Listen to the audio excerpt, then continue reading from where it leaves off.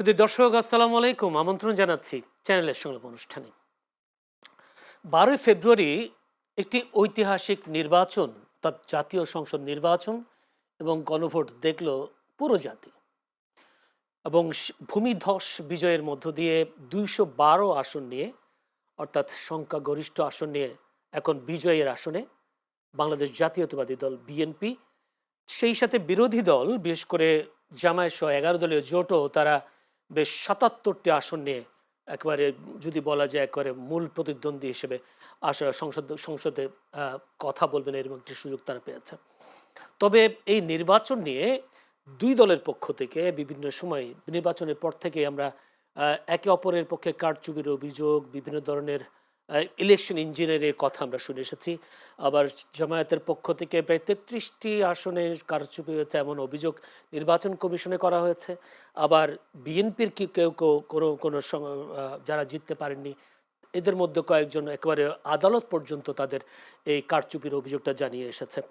তবে সম্প্রতি সেই যদিও এই অভিযোগের মধ্য দিয়ে 12 মার্চ বসতে যাচ্ছে সংসদের প্রথম অধিবেশন, সেখানে আমরা দেখব দু দলের অবস্থান। কিন্তু এরই মধ্যে আজকে একটি নতুন করে আবার নির্বাচন নিয়ে ষড়যন্ত্রের গন্ধের কথা বলছেন বিশেষ করে বাংলাদেশ জামায়াত ইসলামী। তারা বলছে অন্তর্বর্তী সরকার অর্থাৎ বিএনপিকে ক্ষমতায় আনতে অন্তর্বর্তী সরকারের মধ্য থেকে নানা ষড়যন্ত্র করেছে এমন অভিযোগ তুলেছেন জামায়াত ইসলামের নায়েবে আমির ডাক্তার সৈয়দ আবদুল্লাহ মোহাম্মদ তাহের। তিনি আবার সাবেক উপদেষ্টা রিজওয়ানের একটা বক্তব্যের মাধ্যমে সরকার যে ইলেকশন ইঞ্জিনিয়ারিং করেছে এরকম একটা প্রমাণ পাওয়া গেছে এমন বিষয়টাও তিনি তুলে ধরেছেন এবং বলেছেন সাবেক যেই উপদেষ্টা পরিষদ, সেই উপদেষ্টা পরিষদের কাছ থেকে তারা এই বিষয়ে উত্তর চান, এবারে জবাব চান এবং একই সাথে সাবেক উপদেষ্টা রিজওয়ানা হাসানেরকে প্রশ্ন করার বিষয়, জিজ্ঞাসাবাদ করার ব্যাপারেও তারা দাবি জানিয়েছেন। যদি বলি 12 ফেব্রুয়ারি নির্বাচনের পর এতদিন পরে ষড়যন্ত্রের গন্ধ কেন আমরা খুঁজে পাচ্ছে যা রাজনৈতিক দলগুলো, সেই বিষয়টা নিয়ে আলোচনা করব আমাদের সমসাময়িক বিষয়গুলো নিয়ে। আজকে যে বিষয়, সেই বিষয়গুলো আলোচনা করব। সেই জন্য আমরা আলোচনার বিষয় নির্ধারণ করেছি 26শে নির্বাচন এবং ষড়যন্ত্র। এই বিষয়টা নিয়ে আলোচনা করার বেশি আমরা আজকে প্রাধান্য দিতে চাই। এবং আলোচনা করবার জন্য আমাদের স্টুডিওতে উপস্থিত আছেন জয়নাল আবেদিন শিশির, যুগ্ম সদস্য সচিব এনসিপি। জয়নাল আবেদিন শিশির, আপনাকে অসংখ্য ধন্যবাদ সময় দেওয়ার জন্য। আছেন আমার ভাই রুদ্র মিজান, সাবেক যুগ্ম সম্পাদক ক্রাইম রিপোর্টার্স অ্যাসোসিয়েশন। রুদ্র মিজান, আপনাকেও অসংখ্য ধন্যবাদ। দর্শক পুরো অনুষ্ঠান জুড়ে আপনাদের সাথে আছি আমি জয়দুল আবেদিন। আমি একটু আলোচনায় ঢুকতে চাই, যদি রুদ্র মিজানকে দিয়ে, যেহেতু সাংবাদিক, তার আলোচনা কেমন সে বিষয়টা নিয়ে আলোচনা করতে চাই। রুদ্র মিজান, নিশ্চয়ই আপনিও আজকে খবরটা পেয়েছেন যে যেহেতু 26শে নির্বাচনকে ঐতিহাসিক নির্বাচন, যদি বলি মাঠে যারা কাজ করেছেন তারাও বলেছেন ঐতিহাসিক নির্বাচন। তো আমরা দেখেছি কাঁধে কাঁধ মিলে একেবারে বৃদ্ধারা ভোট দিতে এসেছেন, ভোট দিয়েছেনও। কিন্তু দুই দলের পক্ষ থেকে বিভিন্ন অভিযোগ আমরা শুনতে পেয়েছি, বিভিন্ন ধরনের ইলেকশন ইঞ্জিনিয়ারিং বা কারচুপি দুই দলের পক্ষ থেকে অভিযোগগুলো এসছে। আজকে যে জামায়াত ইসলামের নায়েবে আমির যে অভিযোগটা করলো, সেই অভিযোগটা যদি এভাবে বলি, বিএনপিকে ক্ষমতায় আনতে বিগত সরকারের মধ্যে থেকে নানা ষড়যন্ত্র করা হয়েছে এমন অভিযোগ তুলেছেন, আপনি কি বলবেন? দেখেন, আমাদের দেশে যতবার জাতীয় সংসদ নির্বাচন হয়েছে এমন কোনো নির্বাচন নেই যে নির্বাচনের পরে এরকম অভিযোগ করা হয়নি। তবে তবে কি আমরা কি 24-এর পর কি আমরা এই ধরনের অভিযোগের কথা শুনতে চেয়েছিলাম? 24-এর পরে স্বস্তির বিষয় হচ্ছে, ভালো লাগার বিষয় হচ্ছে যে এমন একটি নির্বাচন দেশে অনুষ্ঠিত হয়েছে, বা এই সরকার, ডক্টর ইউনূসের সরকার এমন একটি নির্বাচন উপহার দিয়েছে যে নির্বাচনে আমরা বলতে পারি কোথাও কোনো রক্তপাত বা প্রাণহানির ঘটনা ঘটেনি। এটা আমাদের অত্যন্ত স্বস্তির একটা বিষয়। বাংলাদেশে এর আগে অনেক নির্বাচন হয়েছে, সংঘর্ষ, প্রাণহানি, এসবের মধ্য দিয়েই এক একটি নির্বাচন মানে অনেকগুলো জীবন ঝরে যাওয়া। তো এই নির্বাচন পরবর্তী সহিংসতাও কিন্তু ছিল এবার, সেটা অস্বীকার করার সুযোগ নেই। কিন্তু আমি যা বলতে চাচ্ছি যে উল্লেখযোগ্য বিচ্ছিন্ন কিছু ঘটনা ছাড়া উল্লেখযোগ্য কিছু ঘটেনি, নির্বাচনের কিছুই হয়নি। সুতরাং এই নির্বাচন নিয়ে আমরা নিঃসন্দেহে বলতে পারি যে একটা গণতান্ত্রিক প্রক্রিয়া, একটি সুষ্ঠু সুন্দর নির্বাচন অনুষ্ঠিত হয়েছে। আর বাংলাদেশের রাজনৈতিক প্রেক্ষাপটে এরকমই যে যতবার সংসদ নির্বাচন হয়েছে ততবারই যারা হেরে যান তারা নানা ধরনের অভিযোগ করেন, যারা সরকারে যেতে পারেন না, সরকার গঠন করতে পারেন না, তাদের নানা অভিযোগ থেকে যায়। অনেক ক্ষেত্রে অতীতে বিভিন্ন অভিযোগ দেখা গেছে, হ্যাঁ অনেক ক্ষেত্রে সত্য, অনেক ক্ষেত্রে দেখা গেছে সত্যতা নাও থাকতে পারে। কিন্তু এই নির্বাচন নিয়ে জামাতের এই নায়েবে আমির আবু তাহের সাহেব যে অভিযোগ করেছেন, আমার মনে হয় এই অভিযোগটি যে শুধুমাত্র হেরে যাওয়ার কারণেই, সরকার গঠন করতে না পারার কারণেই রাজনৈতিক যে ভিত্তিটা, রাজনৈতিক যে অবস্থানটা, সেটা টিকিয়ে রাখার জন্যই তিনি এটা বলছেন। কারণ জামাত ইসলামের অতীত আমরা যদি দেখি যে স্বাধীনতার পর থেকে এই বিপুল সংখ্যক আসন তো জামাত কখনো জয়লাভ করতে পারেনি। সুতরাং এটা জামাতের বিশাল একটি অ্যাচিভমেন্ট যে দেশে আওয়ামী লীগ ছাড়া এই নির্বাচন অনুষ্ঠিত হয়েছে, আওয়ামী লীগের রাজনৈতিক কার্যক্রম নিষিদ্ধ রয়েছে। এই অবস্থায় জামাত কিন্তু এখন প্রধান বিরোধী দল হিসেবে সংসদে জায়গা করে নিয়েছে। এটা জামাতের জন্য একটা বিশাল অ্যাচিভমেন্ট। এটা নিয়ে তো খুশি থাকা দরকার। খুশি থাকার কথা। আচ্ছা, যে অভিযোগটা তিনি যে অভিযোগ করেছেন, আমি মনে করি এদেশের মানুষ সেই অভিযোগটাকে রিসিভ করবে না। সাধারণ মানুষ রিসিভ করবে। সাধারণ মানুষ এটা রিসিভ করবে। আপনার কাছে আসবো আবার একটু, যে জয়নাল আবেদীন শিশিরের কাছে যেতে। জয়নাল আবেদীন শিশির, নিশ্চয়ই আমি যে অভিযোগের কথা বলেছি, আপনি সেই অভিযোগ নিশ্চয়ই আপনিও শুনেছেন বা দেখেছেন, পোর্টালগুলোতে এসছে। যদি রুদ্র মিজানের ভাইয়ের কথা যদি বলি, যে হেরে যাওয়ার ভয়ে বা হেরে যাওয়ার বেদনা গোছাতে জামায়াতের নায়েবে আমির এমন বক্তব্য দিচ্ছেন, কি বলবেন? ধন্যবাদ জয়নুল ভাই আপনাকে এবং চ্যানেল এর দর্শক মানে শ্রোতাদেরকে এবং আমার সহ আলোচক মিজান ভাইকে। দেখেন, মানে যে ইলেকশন ইঞ্জিনিয়ারিং যে বিষয়টি আমরা কথা বলছি, এটি কিন্তু আসলে আমরা বারবার বলে এসেছি যে ইলেকশন মানে ইঞ্জিনিয়ারিং করা হয়েছে, ভোট গ্রহণ সুস্থ হয়েছে, কিন্তু ভোট গণনা এবং ভোট মানে ঘোষণা এ দুটা সুস্থ হয় না, এখানে ইঞ্জিনিয়ারিং করা হয়েছে। কারা করলো? এটা কারা করছে? এটা ডিপ স্টেট এস্টাবলিশমেন্ট এবং উপদেষ্টা পরিষদ, বিএনপি সবাই মিলে এটা করেছে এবং তারা সবাই এর সাথে জড়িত। এখন আমরা এতদিন বলে আসছি, এটা অনেকেই মনে করছে শুধু কথার কথা, কিন্তু যদি দেখেন গতকালকে সাবেক মানে উপদেষ্টা রেজওয়ানা যে কথা বলেছেন, তিনি অকপটে স্বীকার করেছেন যে আমরা একটি ইসলামিক দলকে ক্ষমতায় আসতে দিইনি, তাদেরকে মেন স্ট্রিম হইতে দিইনি, যদিও তারা বিরোধী দল হইতে দিইনি। তার মানে কি? তিনি এখানে পক্ষপাত করেছেন।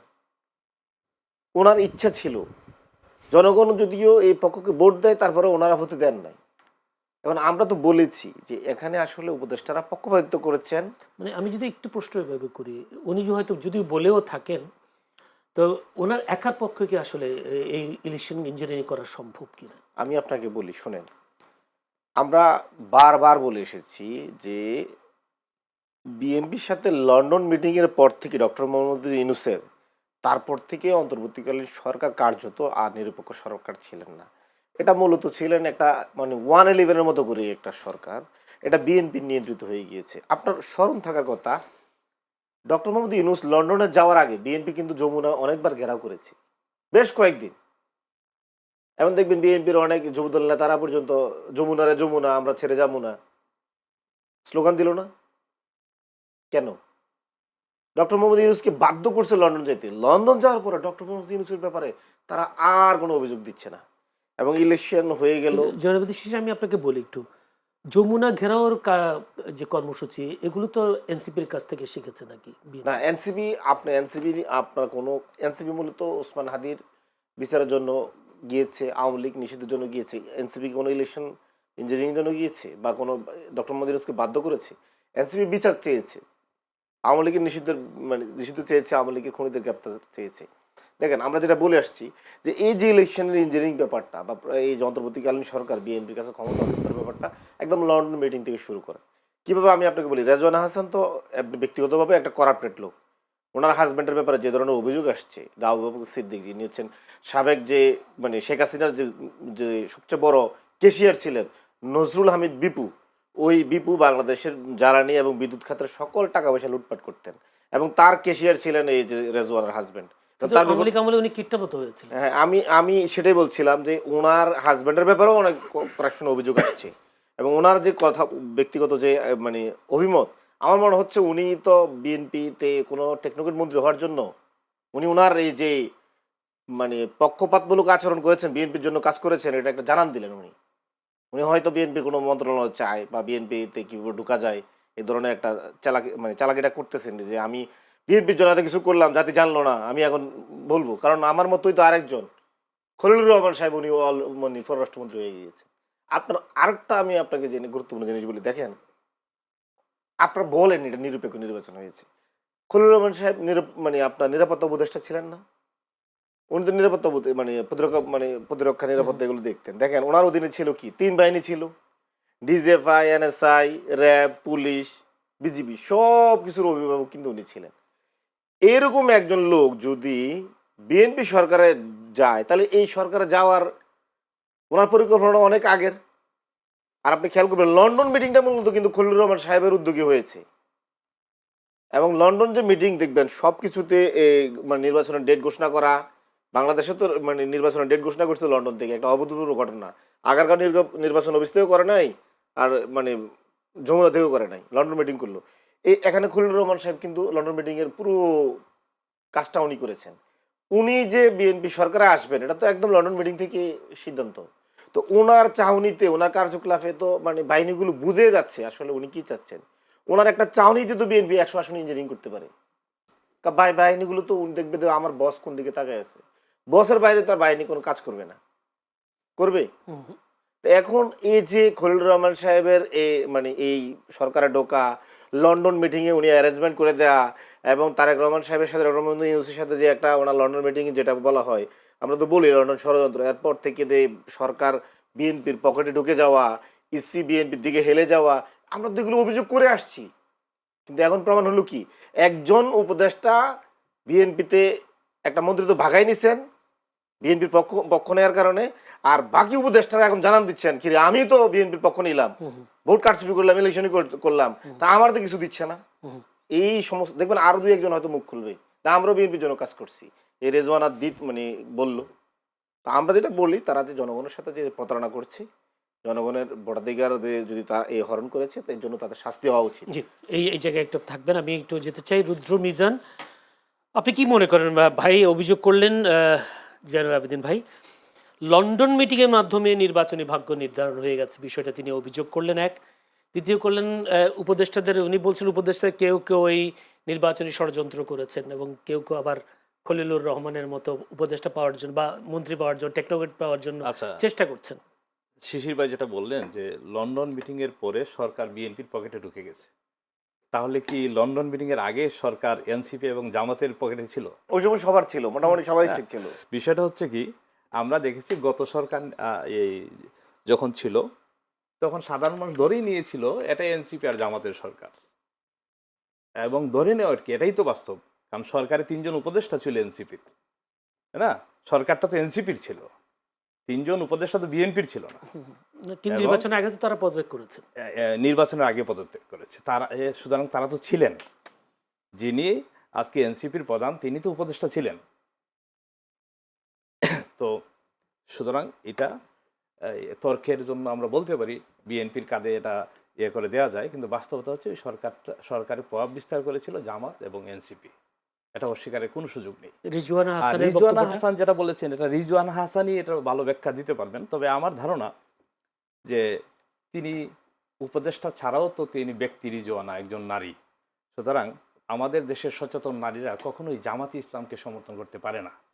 যে দলটি মহান মুক্তিযুদ্ধের বিরোধিতা করেছে, মুক্তিযুদ্ধের সময় যে দলটি নারী নির্যাতন করেছে, এনসিপি যে কারণে এনসিপির বিশাল একটা অংশ এনসিপি ছেড়ে চলে গেছে, তারা মনে করছে যে স্বাধীনতা বিরোধী, বাংলাদেশ বিরোধী যে দলের সাথে তারা সমঝোতা করতে যাচ্ছে সেই দলের সঙ্গে আমরা সমঝোতায় বা ঐক্যে থাকতে পারি না। তারা কেন আছেন তারা এটা ভালো বলতে পারবেন, কিন্তু আমি মনে করি তারা থেকে 6টা আসন পেয়েছেন তো। হ্যাঁ, 6টা আসন তারা পেয়েছেন, হ্যাঁ 6টা আসন তারা পেয়েছেন, কিন্তু বাস্তবতা হচ্ছে এদেশের মানুষ কখনোই জামাত ইসলামকে সেভাবে রিসিভ করেনি। আর যে দলটি মহান মুক্তিযুদ্ধের বিরোধিতা করেছে, যে দলটি নারী নির্যাতনের সাথে জড়িত, হত্যার সঙ্গে জড়িত, সেই দলকে রিসিভ করার কোনো সুযোগ নেই। আপনি দেখেন মহান স্বাধীনতার পর থেকে জামাত ইসলাম তো প্রায় প্রতিটি নির্বাচনে অংশগ্রহণ করেছে, 5টা 3টা, সর্বোচ্চ বিএনপির সাথে জোট করে 18টি আসন তারা পেয়েছিলেন। আর এবারই কিন্তু যে বিএনপির সঙ্গে প্রতিদ্বন্দ্বিতা করে জোটবদ্ধ হয়ে তারা একটা বিপুল সংখ্যক আসন পেয়েছে। সুতরাং আমি আগেও বলেছি এটা জামাত ইসলামের জন্য একটা বড় অ্যাচিভমেন্ট। কারা ভোট দিল এদেরকে? না, ভোট কারা দিয়েছে? ভোট তো জনগণই না, আপনি দিয়েছে। কি বলতে চাচ্ছেন কারচুপি হয়েছে কিনা আমি জানতে চাচ্ছি। আমি মনে করি যে বিএনপির পক্ষ থেকে অভিযোগ আছে কারচুপি করেছে। হ্যাঁ, বিএনপি অভিযোগ করেছে। আমি মনে করি যে মানে ওই রকম বলার মতো ঢালাওভাবে কারচুপি আসলে এই নির্বাচনে হয় নাই। আমি সেটা ব্যক্তিগতভাবে মনে করি। ধন্যবাদ। আমি একটু যেতে চাই জনাবদি শিশির, বারবার একই কথা আসে যে স্বাধীনতা বিরোধী একটি সংগঠন জামায়াত ইসলামী, তারা যদি ওনার বক্তব্য তিনিই বলছেন নারী নির্যাতন করেছেন, যদি বলি ধর্ষণের মতো ঘটনা ঘটেছে ৭১-এ, এসব অভিযোগ জামায়াতের সাথে। এই জামায়াতের সাথে আপনারা যুক্ত হলেন, এই এখন আলাদা কি করা যাচ্ছে না কেন আপনাদেরকে? দেখেন, আমি ভাই তো অনেকগুলো অভিযোগ করলো জামাতের ব্যাপারে, যে অভিযোগগুলো এগুলো জামাতেই ব্যাখ্যা দিতে পারবে সবচেয়ে বেটার। আমি তো আর মানে জামাতের প্রতিনিধিত্ব করি না, না। আপনারা তো আছেন। হ্যাঁ, কিন্তু আমরা কেন জামাতের সাথে জুটে গেলাম এই ব্যাখ্যা অনেকবার দিয়েছি, আবার দিব, কোনো সমস্যা নাই। দেখেন, এই যে ধরেন বলা হচ্ছে যে নারীর প্রতি সহিংসতা বা জামাত নারী বিদ্বেষী, আপনি দেখেন এই নির্বাচনে বাংলাদেশে জামাতের নারী কর্মীদের উপরে 50টি জায়গায় হামলা করেছে বিএনপি, এবং প্রকাশ্যে দিবালোকে যৌন হয়রানির হুমকি দিয়েছে, মারধর করেছে, একটারও কিন্তু বিচার হয়নি। আপনি কি জামাত বা এনসিপি কাউকে দেখেছেন বিএনপি নারী কর্মীদের উপরে বা অন্য কোনো নারী কর্মীদের উপরে হামলা করতে? তার মানে কি আমরা যে নারী বিদ্বেষী না এবং নারীর রাজনৈতিক স্বাধীনতা বিশ্বাসী এর প্রমাণ আমরা হামলা করিনি।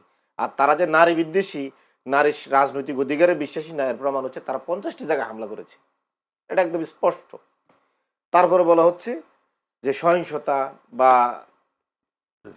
জামাত ৭১ এই করছে সে করছে। কারণ ৭১-এর ব্যাপারটা আমি বলবো না, জাস্ট ইলেকশনটার মানে আগ পর্যন্ত, অভ্যুত্থান থেকে এ জাতীয় ইলেকশন আগ পর্যন্ত দেখেন বিএনপির যে রিপোর্ট এসেছে, টোটাল বাংলাদেশে যে সহিংসতা, মব এবং খুনের ঘটনা ঘটেছে এর ৯১% দায় হচ্ছে বিএনপি। এটা হচ্ছে টিআইবির রিপোর্টে। ৭% আওয়ামী লীগ, ২% জামাত, ১% এনসিপি। এনসিপি ১% জন্য আমরা দুঃখিত এবং লজ্জিত। আমরা মনে করি আমাদের এই ১%ও ঠিক হয়নি। আর টিআইবি রিপোর্ট কি কোনো কাজে আসছে? আমি আপনাকে বলি, আমি ফ্যাক্ট বলতেছি। আর যে টোটাল দেখবেন ৫ আগস্টের পরবর্তীতে বিএনপির দলীয় কোন্দলে ২৩৪ জন নেতা কর্মী খুন হয়েছে, এবং বিএনপি ক্ষমতায় যাওয়ার পরে, বসার পরে গত ১৫ দিনে, গতকালকে সমকাল এটি রিপোর্ট করেছে ৪০টি বিচার বহির্ভূত হত্যাকাণ্ড ঘটেছে। এর মধ্যে ৫টির সাথে সরাসরি রাজনীতি জড়িত, মানে বিএনপি এবং বিদ্রোহী প্রার্থীদের হত্যা করেছে বা বিদ্রোহী প্রার্থীদের নেতাকর্মীদেরকে, সমর্থকদেরকে মারধর করেছে, এবং এগুলো বিএনপি জড়িত। তাহলে আমাদের মানে ফ্যাক্ট কি বলে? ফ্যাক্ট তো বলা হচ্ছে আসলে কারা এখানে ক্রমাগত নিপীড়ন করছে, দলীয় কোন্দল খুন হচ্ছে, কারা নারীর প্রতি সহিংসতা করছে। এই যে পুরাতন বয়ান, এগুলো আসলে মানুষ নিচ্ছে না, এখন নিচ্ছে না। আর কি প্রমাণ দেখেন, এত কারচুপির পরেও, ইঞ্জিনিয়ারিং এর পরেও, মিডিয়া কু করার পরেও, মানে এস্টাবলিশমেন্ট কু করার পরেও, তারপরেও কিন্তু বাংলাদেশের 40% মানুষ আমাদেরকে ম্যান্ডেট দিয়েছে। আপনি কি কল্পনা করতে পারেন? এটা বিএনপির পক্ষ থেকে বলা হচ্ছে তো কারচুপি হয়েছে। আমরা তো দেখেছি কারা পেশি শক্তির প্রয়োগ করেছে। আপনি কি কোথাও নির্বাচনের দিন দেখেছেন 11 দলীয় জোট বিএনপি হামলা করেছে? বিএনপি দেখাতে পারবে কোনো কার্ডে? বিএনপি হামলা করেছে, সারা দেশের মিডিয়া নিউজ করেছে, এবং যতটুকু এসেছে মিডিয়া নিউজ, অনেক জায়গায় তো সেন্সর করা হয়েছে। এবং প্রশাসন বিএনপির মানে অনেক জায়গায় বিএনপির সাথে প্রশাসনের ঝামেলা হয়েছে। এই জন্য ঝামেলা হয়েছে বিএনপি কেন দখল করছে, প্রশাসন যায় উদ্ধার করতে গেছে, আবার মানে তারা দখল করে প্রশাসন চলে গেলে সারাদিন তো এই দুর্বল খেলা হয়েছে। আমরা কোথাও গিয়েছি? তার মানে কারচুপি তো বিএনপি করেছে, বরং বিএনপি তার পুরো দমে কারচুপি করতে পারে না, এই জন্য বিএনপি মন খারাপ। ২১২ বা আরো কারণ বিএনপি মনে করেছে যে কিরে সব তো আমার আগে সেট আপ করা, তাহলে আমি পুরোটা কারচুপি করতে পারতেছি না কেন? এই জন্য বিএনপির মন খারাপ হয়েছে, এবং এই জন্য বিএনপি বলতেছে কারচুপি হয়েছে। মানে কারচুপি মানে বিএনপি কারচুপি করতে দেওয়া হয় নাই, এই জন্য সেই অভিযোগটা করে রাখে। যেহেতু আপনি বিএনপির বিষয়টা ডিফেন্ড করছেন, আপনি এই কয়েকদিনের আইন শৃঙ্খলা পরিস্থিতি নিশ্চয়ই আপনিও জানেন যেহেতু সাংবাদিক, আর সেই সাথে তো আপনি যেটা বলা যায় ক্রাইম রিপোর্টার অ্যাসোসিয়েশনের যে সম্পাদক ছিলেন, যুগ্ম সম্পাদক, আপনার কি মনে হয় যে, আমি যদি এইটা ঘটনার কথা বলি, রাজধানীর গুলশানে পুলিশি অভিযান চলাকালে ফোনে হুমকি পাওয়া ঢাকা মেট্রোপলিটন পুলিশের গুলশান বিভাগের উপপুলিশ কমিশনার রৌনক আলমকে বদলি করা হয়েছে। উনি তখন অভিযানে যায়, তখন একটা ফোন আসে বিদেশ থাকে, তাকে বলা হয় যে আপনি কার সঙ্গে কথা বলেন, আপনি চেনেন নাকি, তার পরিচয় টরিচয় নেওয়া হলো, শেষ পর্যন্ত তাকে বদলি করা হলো যে বিদেশ থেকে যে ফোন করলেন তিনিই বা কে, বা সরকারের পক্ষ থেকে এই বিষয়ে কোনো তদারকি পেয়েছে বা কোনো জবাব পেয়েছেন কিনা, কারা ফোন করলো, কে ফোন করলো, বা এই পরিস্থিতিটা আমাদেরকে সামনের দিকে আমাদের যে প্রশাসন, সে প্রশাসনকে কাজ করতে গিয়ে প্রতিবন্ধকতা তৈরি হবে কিনা? এই বিষয়টা আমি যতটুকু জানি, এই বিষয়টি ইতিমধ্যে তদন্ত করা হচ্ছে যে কে ফোন দিয়েছিলেন, কিন্তু বাস্তবতা হচ্ছে এই ডিসি সাহেবের বদলির সাথে এই ফোনের কোনো সম্পৃক্ততা নেই। যে এই ফোনের কারণে কাকতালীয় ঘটে গেছে, হ্যাঁ, কারণ এই শুধু উনি তো না, দেশের আরও বেশ অনেক এসপি বদলি হয়েছেন, পুলিশ সুপার বদলি হয়েছেন, তিনিও একজন পুলিশ সুপার। না পর্দার আড়ালে কোনো শক্তি আছে কিনা? না, এটা জাস্ট আমি যেটা মনে করি এটা কাকতালীয় একটা ঘটনা, যে একজন ফোন দিল, এরকম হুমকি দুমকি প্রায়ই ঘটে থাকে, হ্যাঁ, প্রায়ই এরকম পুলিশরা। গুলশানের মতো যায় আমরা দেখেছি, শুধু এই সরকার তো মাত্র জন্ম হলো কয়েকদিন হয়, তো আমরা দেখেছি দীর্ঘদিন থেকেই এরকম যারা রাজনীতি করেন, বিভিন্ন দলের নেতাকর্মীরা এরকম প্রশাসন এর বিভিন্ন ব্যক্তিদেরকে, প্রভাবশালী যারা থাকেন, তারা হুমকি দুমকি দিয়ে থাকেন। তো বিষয়টা আমার মনে হচ্ছে সেম এরকম কিছু একটা, কারণ এখন পর্যন্ত ওই লোকের পরিচয় জানা যায় নাই কে ফোন দিয়েছিলেন, আর এটা জাস্ট কাকতালীয়, এর সাথে এই বদলির কোনো সম্পৃক্ততা নেই। আরেকটা বিষয় যে শিশির ভাই বলছিলেন যে লন্ডনের মিটিংয়ের বিষয়টা, আসলে লন্ডনে মিটিং করা হয়েছে তৎকালীন জাতীয়তাবাদী দল বিএনপির ভারপ্রাপ্ত চেয়ারম্যানের সঙ্গে। চেয়ারম্যান যেহেতু নানা কারণে, আইনি জটিলতার কারণে দেশে আসতে পারতেছিলেন না, তখন হয়তো এটা সুযোগ হয়েছিল, আমি মনে করি সরকারের সেটা দায়িত্ব ছিল তার সাথে একটা মিটিং করা। এটা নিয়ে নেগেটিভ বা নেতিবাচক কিছু বলার সুযোগ নেই। তারপর আপনারা সেটা বলছেন, আপনি দেখেন যে তারেক রহমান যখন প্রধানমন্ত্রী হলেন, দেশে যখন বিএনপির সরকার গঠন হলো, তখন আমরা কিন্তু এই কদিনে মানুষের মধ্যে একটা স্বস্তি দেখলাম, মানুষের মধ্যে যে একটা বিষয় শুধু খেয়াল করেন, যে প্রধানমন্ত্রী যাচ্ছেন, রাস্তায় কোনো জ্যাম হচ্ছে না, যানজট হচ্ছে না, প্রধানমন্ত্রী যাচ্ছেন, তার প্রটোকলে 14টা গাড়ি থাকার কথা, তিনি মাত্র 4টা গাড়ি নিয়ে যাচ্ছেন। আজকে আবার বিদ্যুৎ সাশ্রয়ের জন্য তিনি সচিবালয়ে অফিস করতেছেন। তিনি চাচ্ছেন না যে মানুষ, জনগণ, সাধারণ মানুষ যেন কোনো কষ্ট না পায়, রাস্তা যেন ব্লক না হয়ে যায়, যানজট যেন তৈরি না হয়। এটা তো বিশাল বড় বিষয়। বাংলাদেশ তো এর আগে এরকম দৃশ্য দেখেনি। এর আগে আমরা দেখেছি কি, একজন মন্ত্রী গেলেও রাস্তা বন্ধ হয়ে যেত, আমাদেরকে আধা ঘন্টা রাস্তায় দাঁড়িয়ে থাকতে হতো। অবশ্যই এটা ইতিবাচক। সেই অবস্থা থেকে তো আমাদেরকে এটা পজিটিভ দিকে নিয়ে যাচ্ছেন বাংলাদেশটাকে। আমরা তো এরকম একজন প্রধানমন্ত্রী চেয়েছিলাম, মানুষ এরকম একজন প্রধানমন্ত্রী চেয়েছিল। জি, রুদ্র মিজান, এই সাথে আমি আপনাকে প্যারালাল প্রশ্নটা যদি এভাবে করি, এইটা অবশ্যই সাধুবাদ জানানোর মতো, যেটা আজকে তিনি বলেছেন যে বিদ্যুৎ সাশ্রয় কমানোর জন্য লাইট, এসিও কমানোর একটা নির্দেশনা তিনি দিয়েছেন। পাশাপাশি নির্বাচনের পর ধর্ষণের ঘটনা, একজন ব্যবসায়ী চাঁদা না দেওয়ার কারণে একেবারে AK-47 দিয়ে গুলি করা, এদের এখনও ধরাছোঁয়ার বাইরে, পুলিশের ধরাছোঁয়ার বাইরে। একজন লোক, বিএনপির একজন লোক ফোনে বেডরুমে গিয়ে গুলি করার কথা বলছেন বউ বাচ্চাদের। এই ঘটনাগুলো আপনারা কি, আপনাদের নখদর্পণে আছে কিনা? দেখেন, বাংলাদেশে নির্বাচন পরবর্তী সময়ে এরকম অনেক ঘটনা ঘটে থাকে।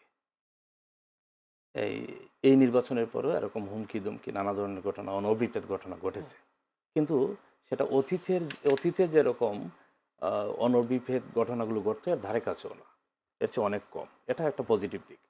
আর কিন্তু ঘটতেছে, এটা নেগেটিভ। কেন ঘটবে? আমরা একটা সুষ্ঠু সুন্দর পরিবেশ চাই নির্বাচন পরবর্তী সময়ে। তবে আমার বিশ্বাস, এই সরকার যখন দায়িত্ব নিয়েছে, এই সরকার তাদের দলের কোনো অপরাধীকে ছাড় দেবে না। আপনি দেখেন, আমার এলাকা সুনামগঞ্জে, সেখানে আমরা দেখেছি নির্বাচন পরবর্তী সময়ে আমাদেরকে জামায়াতে ইসলাম অভিযোগ করেছে যে তাদের নেতাকর্মীদের উপর হামলা হয়েছে, এই হয়েছে। আমরা তাৎক্ষণিকভাবে খোঁজখবর নিয়েছি, প্রশাসন খোঁজখবর নিয়েছে, দেখা গেছে কি যে ওইখানে রাজনৈতিক কোনো সংশ্লিষ্টতাই নেই, ব্যক্তিগত বিরোধকে কেন্দ্র করে দুই পক্ষ সংঘর্ষ হয়েছে। তো ওরা মানে এক পক্ষ সুবিধা নেওয়ার জন্য বলতেছে জামাত আমাদের হামলা করছে, আরেক পক্ষ বলতেছে যে বিএনপি হামলা করছে।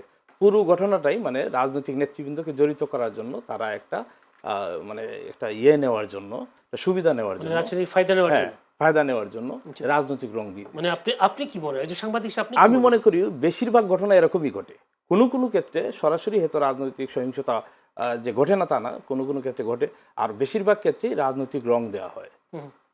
আপনি কি দেখে এইসব ঘটনাগুলো দেখে মনে হয় কিনা অতীতের কোনো ঘটনার মধ্যে কিন্তু ঘটনা যাই হোক, হামলা সংঘর্ষ, এটার সুষ্ঠু বিচার হতে হবে, আইন শৃঙ্খলা বাহিনীকে এগুলো নিয়ন্ত্রণে নিয়ে আসতে হবে। চাঁদাবাজি তো কোনোভাবেই বরদাস্ত করা যাবে না। আমার বিশ্বাস এই সরকার সেটা ধন্যবাদ। আমি একটু জয়নাবাদী শিশির কাছে চাই। জয়নাবাদী শিশির 12 মার্চ যেহেতু সংসদ অধিবেশন বসছে, সেখানে উদ্বোধনী ভাষণ অবশ্যই রাষ্ট্রপতি দেবেন। রাষ্ট্রপতির সাথে তারেক রহমানের এখন যেভাবে কাজ করছেন, তারেক রহমানের পাশে থেকে ফুল দেওয়া থেকে শুরু করে এনসিপির কেমন লাগছে? এনসিপির প্রতিক্রিয়া কি? দেখেন, আমরা শুরু থেকেই বলেছি যে এই রাষ্ট্রপতি সে হচ্ছে জুলাইয়ের দোসর, যখন বাহিনীর দুষ্কৃতিকারী সদস্যরা হেলিকপ্টার দিয়ে আমাদের ভাই বোনদেরকে হত্যা করেছে। ওই সমস্ত দুষ্কৃতিকারী সদস্যরা তো রাষ্ট্রপতির অধীনেই ছিল, তিনি তো তার অভিভাবক ছিলেন। তিনি কিন্তু ওই দুষ্কৃতিকারী মানে আইন শৃঙ্খলা বাহিনীর সদস্যদেরকে উনি নিবৃত্ত করেন নাই এবং বরং উনি এই চুপ থেকে উস্কানি দিয়েছেন এবং শেখ হাসিনাকে উনি অখণ্ড সমর্থন দিয়ে গেছেন। আর এই নির্দেশদাতা ছিলেন এই আইন শৃঙ্খলা বাহিনী, যারা দুষ্কৃতিকারী সরাসরি গুলি করেছে, গণহত্যা করেছে, তার নির্দেশদাতা ছিলেন শেখ হাসিনা। উনি ছিলেন শেখ হাসিনার সহযোগী। তো আমরা মনে করি তার হাত রক্তাক্ত। তাকে নতুন রাষ্ট্রপতি শপথ নেওয়ার পরে অবিলম্বে তাকে পালাতে দেওয়া যাবে না, তাকে গ্রেপ্তার করতে হবে এবং তার এই জুলাই হত্যাকাণ্ডের জন্য তার যথাযথ বিচার করতে হবে। সে এবং যে যে অপরাধ করেছে এবং এই অপরাধের শাস্তি তাকে অবশ্যই পেতে হবে। আমরা তো বলেছি তাকে ইমপিচমেন্ট করা হোক, ইমপিচমেন্ট করে নতুন রাষ্ট্রপতি দেওয়া হোক। তারপরেও যদি বিএনপি তার প্রতি এই ধরনের অনুকম্পা করে, আমরা মনে করি এটা শহীদের রক্তের সাথে মানে অবমাননা হয় এবং শহীদের রক্তকে অমর্যাদা করা হয়। জি, আমি একটা নতুন প্রশ্ন করি। সেই প্রশ্ন হচ্ছে আসিফ মাহমুদ আপনাদের মুখপাত্র, যেহেতু জাতীয় নাগরিক পার্টি, তার বিরুদ্ধে দুর্নীতির অভিযোগ করা হয়েছে দুদকে এবং সেই সাথে অন্যান্য উপদেষ্টাদেরও বিষয়ে দুদকে প্রায় অনেকগুলো অভিযোগ দাখিল করা হয়েছে। আসিফ মাহমুদ থেকে শুরু করে অন্যান্য উপদেষ্টারাও কি বিচারের মুখোমুখি হতে যাচ্ছে? আপনি গতকালকে আসিফ মাহমুদ সজীব ভুঁইয়া একটা প্রেস কনফারেন্স করেছে, আপনি হয়তো জানেন। আসিফ মাহমুদ সজীব ভুঁইয়া তার ব্যাপারে যে অভিযোগ করেছে এই ব্যাপারগুলো সে একদম স্পষ্ট বলেছে এবং তার ফ্যামিলির যত ব্যাংক অ্যাকাউন্ট আছে সবগুলো সে পাবলিক করেছে এবং সে যেই কোনো তদন্তের জন্য নিজেকে উন্মুক্ত করে দিয়েছে, চ্যালেঞ্জ দিয়েছে। একটা অভিযোগ মানুষের এখন এই পারসেপশন গুলো কারা করে? টাকাগুলো বিদেশে পাচার হচ্ছে। এখন সে তো চ্যালেঞ্জ নিয়েছে যে আমার বিরুদ্ধে দেশের সমস্ত প্রশাসন তদন্ত করুক, কিন্তু অনলাইন মব করে বা অনলাইন একটা পারসেপশন তৈরি করে এভাবে নিউজ তৈরি করে মানুষের মনে একটা সন্দেহ ঢুকে দেয়া যে 11 বিলিয়ন টাকা। চিন্তা করা যায়, বাংলাদেশ শেখ হাসিনা পালিয়ে যাওয়ার সময় 16 বিলিয়ন টাকা ছিল, আর উপদেষ্টা একজনে নাকি 11 বিলিয়ন টাকা নিউজ করে, একটা দেশের জাতীয় দৈনিক নিউজ করে 11 বিলিয়ন টাকার মানে এটা কত পরিমাণ টাকা সে পরিমাণও ধারণা নাই, আসলে 11 বিলিয়ন কত টাকা। এই ধরনের নিউজ পর্যন্ত, প্রোপাগান্ডা পর্যন্ত করানো হয়েছে মেইন স্ট্রিম মিডিয়া থেকে। কারা করিয়েছে? এস্টাবলিশমেন্ট করিয়েছে। এখানে মূলত যারা আমাদের রাজনৈতিক প্রতিপক্ষ, তারা এখানে আমাদের চরিত্র হনন করার জন্য হেন কোনো কাজ নাই, তারা করে নাই। তারা এখানে তিলকে তাল করছে। অথচ দেখেন আপনি, তারা শেখ হাসিনা 5 বছরে যে পরিমাণ, প্রথম 5 বছর যে পরিমাণ দলীয়করণ করেছে প্রশাসনকে, বিএনপি প্রথম 5 দিনই তা করে ফেলেছে। বাংলাদেশ ব্যাংকের একজন গভর্নর উপদেষ্টাকে যেভাবে মব করে বের করা হলো, এখন মব তো বলা যায় না, বিএনপি মব খুব কষ্ট পায়, মব বলা যাবে না, তাহলে কি দাওয়া দিয়ে বের করছে সেটা তো বলতে পারবো। দেখলাম তো একদম মানে ধাক্কা দিয়ে ওর একটা গাড়িতে উড়ে দেওয়া হচ্ছে। এটা কোন ধরনের মানে আপনার সংস্কৃতি? বিএনপি এখন প্রত্যেকটা জায়গায়, কিছু কিছু জায়গা তো মানে আপনার দেখতে হয় কোয়ালিটিফুল লোক, এমন পরিমাণে তারা দলীয়করণ করছে। ওই জিয়া পরিষদের সদস্য, বিএনপি মিডিয়া সেলের সদস্য, বিএনপি ওই সাংস্কৃতিক জোটের সদস্য, মানে এরকম যারা পদবিতে আছে তাদেরকে বিভিন্ন ব্যাংকে বসাই দিচ্ছে। পারে না অনেকটা বিশ্ববিদ্যালয় মানে বিসিগুলো পারে না যুবদল থেকে দেওয়ার জন্য, ছাত্রদল থেকে দেওয়ার জন্য। যদি সুযোগ থাকতো ছাত্রদল যুবদল থেকে বিশ্ববিদ্যালয় বিসি বানাই দিত। মানে অবস্থাটা এমন জায়গায় চলে গেছে। অন্তর্বর্তী সরকারের সময় এই অভিযোগ তো আপনাদের বিরুদ্ধেও ছিল। আপনি আমাদের দেখান তো আমরা কি করেছি। তারা বলছে আপনাদের হুকুমে আমরা করেছি এরকম কিছু কাজ দেখাতে বলেন না ওদেরকে। পুরো প্রশাসন দেখেন বিএনপির পক্ষে ছিল, বরং বিএনপি কি করলো, এই অভিযোগগুলো যাতে তার বিরুদ্ধে না যায় সে উল্টো আমাদের দিকে দায়গুলো চাপালো। এবং বাংলাদেশের যে ইউনিভার্সিটি বিসিগুলো সবগুলো দেখবেন বিএনপির বিসি, বেশিরভাগই বিএনপির। আপনি দেখেন না, এই যে সর্বশেষে এনবিআর এর যে লোকটাকে সরিয়ে দেওয়া হলো, উনিও খালেদা জিয়ার সাথে কাজ করা লোক, ওনাকে সরিয়ে দেওয়া হলো। এখন যদি উনি ধরেন আজকে যদি উনি ওনাকে সরিয়ে দেওয়া না হতো তাহলে আপনি কিন্তু জানতেন না উনি তো খালেদা জিয়ার সাথে কাজ করতো। দুদকের চেয়ারম্যান, হ্যাঁ, আমি সেটাই বললাম দুদকের দুদুকে চেয়ারম্যান কোন দলে? তো এই যে খালেদা জিয়ার সাথে কাজ করার লোক এখানে মানে অন্তর্বর্তী সরকারের সময় কাজ করছে সেটা নিয়ে কোনো কথা হবে না। যদি উনি আজকে কোনোভাবে অন্য কোনো দল হতো সাথে সাথে আপনি এটা টের পেতেন। বরং হচ্ছে বিএনপি এমন পরিমাণ এখন দলীয়করণ করছে, এখন আমরা বিএনপিকে ক্ষমতায় যদি সহযোগিতা করি যে বিএনপি দেশটা ভালোভাবে চালাক, আমার কাছে কেন জানি মনে হচ্ছে বিএনপির যে মানে তাড়াহুড়া এবং বিএনপির যে এখন সব জায়গায় যে মানে দলীয়করণের যে স্বভাবটা দেখা যাচ্ছে, বিএনপি আসলে পুরো টাইমটা ক্ষমতা থাকতে চাচ্ছে কিনা আমার সন্দেহ হচ্ছে। এরা এমন করতেছে কেন? থাকতে পারবে না কেন? মানে আমার কাছে তো মনে হচ্ছে না, কারণ এরকম করলে তো আসলে দেশের জনগণ বেশি দিন সহ্য করবে না। জি, দেশের জনগণ তো একটা মানে মানে না দেশের জনগণ নাকি আপনারা কোনটা? আপনি কি মনে করেন? আপনি কি মনে করেন না বিএনপি এরকম ম্যান্ডেট নিয়েও তো অনেক সময় থাকতে পারে নাই? বিএনপির এই ধরনের স্বভাব যদি চলতেই থাকে, এটা একটা আপনি নিশ্চিত থাকেন এখানে পুরাতন কালচারের রাজনীতি আর হবে না। তারেক রহমান ব্যক্তিগতভাবে অনেক প্রশাসনীয় কাজ করতেছেন, প্রটোকল নিচ্ছেন না, এগুলোর প্রশংসা পাইতেছেন, কিন্তু ওনার দলীয় কোন দলে যে মানুষ খুন এগুলো কি থামাইতে পারছেন? চাঁদাবাজি থামাইতে পারছেন? আপনার শ্রমিক দলের লোককে প্রকাশ্যে গুলি করে দেওয়া হচ্ছে তার প্রতিপক্ষে, এবং ওই ফুটেজ পর্যন্ত আসছে, এগুলো কারা করছে? বিএনপির সাথে করছে। তো স্বরাষ্ট্রমন্ত্রী কালকে ঘোষণা এখন দিয়েছেন। আমার কথা হচ্ছে আপনি বিএনপির দলীয় কোন্দল যদি নেতাকর্মী খুন হয়, প্রকাশ্য দিবা লোক খুন করে, এটা কি আপনি কি মানে মানতে পারবেন? এটা কি আমরা এখন বলবেন যে আপনাদের সমস্যা কি? আপনাদের জন্য তো ভালো হইতে পারে, আপনারা মানুষকে বলতে পারবেন তারা দলীয় কোন্দল, তারা এত খারাপ দলীয় কোন্দল না, এটা সবার ক্ষতি হয়, টোটাল এটা সামাজিক মূল্যবোধের অবক্ষয় হয়। এটা এই খুনটা একসময় নর্মালাইজ হয়ে যায়, অন্য অন্য দলগুলোর মধ্যে এই ধরনের সংক্রামক রূপ ছড়িয়ে পড়ে। এই জন্য বিএনপিকে আমরা যেটা বলছি বিএনপি সংস্কার দরকার। জি, যদি বলি রুদ্র মিজান, আপনার কি মনে হয় আসলে উনি একটুখানি বলার চেষ্টা করছেন একজন গভর্নর চেঞ্জ করা হয়েছে মপ করে, কিন্তু আজকে আমি কথাটা তুলছি এই জন্য যে টিআইবিও যে মোস্তাকুর রহমানকে নতুন গভর্নর দেওয়া হয়েছে, তিনি বিভিন্ন ঋণ খেলাপি হিসেবে তিনি পরিচিত একজন ব্যবসায়ী। এমন একজন ঋণ খেলাপি মানুষকে কি বিএনপি কি জানতো কিনা যে আসলে এমন একজন ঋণ খেলাপি মানুষকে বাংলাদেশ ব্যাংকের গভর্নর মতো দায়িত্ব দেওয়া, যদি এখানে ট্রান্সপারেন্সি ইন্টারন্যাশনাল তারা টিআইবি বলেছেন তাদের এই গভর্নরের পদত্যাগ চেয়েছেন, তারা কি বলবেন আসলে? দেখেন যে তার আগে বলতে চাই যে শিশির ভাই নানা অভিযোগ করেছেন, শিশির ভাইদের বিরুদ্ধে কিন্তু অভিযোগ আছে যে এনসিপি চালাচ্ছে মূলত গুপ্তরা, গুপ্ত বলতে কি জামাত শিবিরের লোক, এরকম অভিযোগ কিন্তু আছে। জানি না এটা কতখানি সত্যটা। আমরা তো ওপেন জামাতের সাথে জোট করেছি, আর গুপ্তরা এখানে কি আছে? আমরা তো এখানে হীনমন্যতা নাই, জামাতের সাথে জোট করেছি, জোট এক জিনিস। আপনি কি এটা বলতে চাচ্ছেন যে এনসিপির ভিতরে গুপ্ত আছে এরকম, নাকি এনসিপি গুপ্ত? আমি বলতে চাচ্ছি না, এটা মানুষ বলে, আচ্ছা আচ্ছা, সাধারণ মানুষ বলে। আর দেখেন যে চাঁদাবাজির বিষয় আসছে, আপনার প্রকাশ্যে দেখেন নাই কক্সবাজারের যে জামাতের নেতা শাহজাহান সাহেব কিভাবে বক্তব্য দিচ্ছিলেন, কিভাবে তিনি প্রশাসনকে নির্দেশ দিচ্ছিলেন, কিভাবে ভোট কিভাবে কারচুপি করতে হবে সেই কথাগুলো বলছিলেন, এগুলো তো প্রকাশ্যে বলেছেন। মানে শাহজাহান চৌধুরীর কথা বলতেছেন কক্সবাজারের আচ্ছা জামাত ইসলামের নেতা। তো এরকম বিষয় তো আমরা প্রকাশ্যে দেখেছি, উনি প্রকাশ্যে ভিডিওতে বলতেছেন। আর জামাত যে চাঁদাবাজি করে, তারা বলে কি এটা বাইতুল মাল, মানে চাঁদাবাজির অর্থ ওই শব্দটা চেঞ্জ করে দেয়, যে কারণে এটার অপরাধ হয় না। তো কিন্তু বিএনপির পক্ষ তো সমঝোতার চাঁদা, আবার অনেক সময় জোর করে চাঁদা, এখন তো আপনারা ক্যাটাগরি ভাগ করে ফেলেছেন।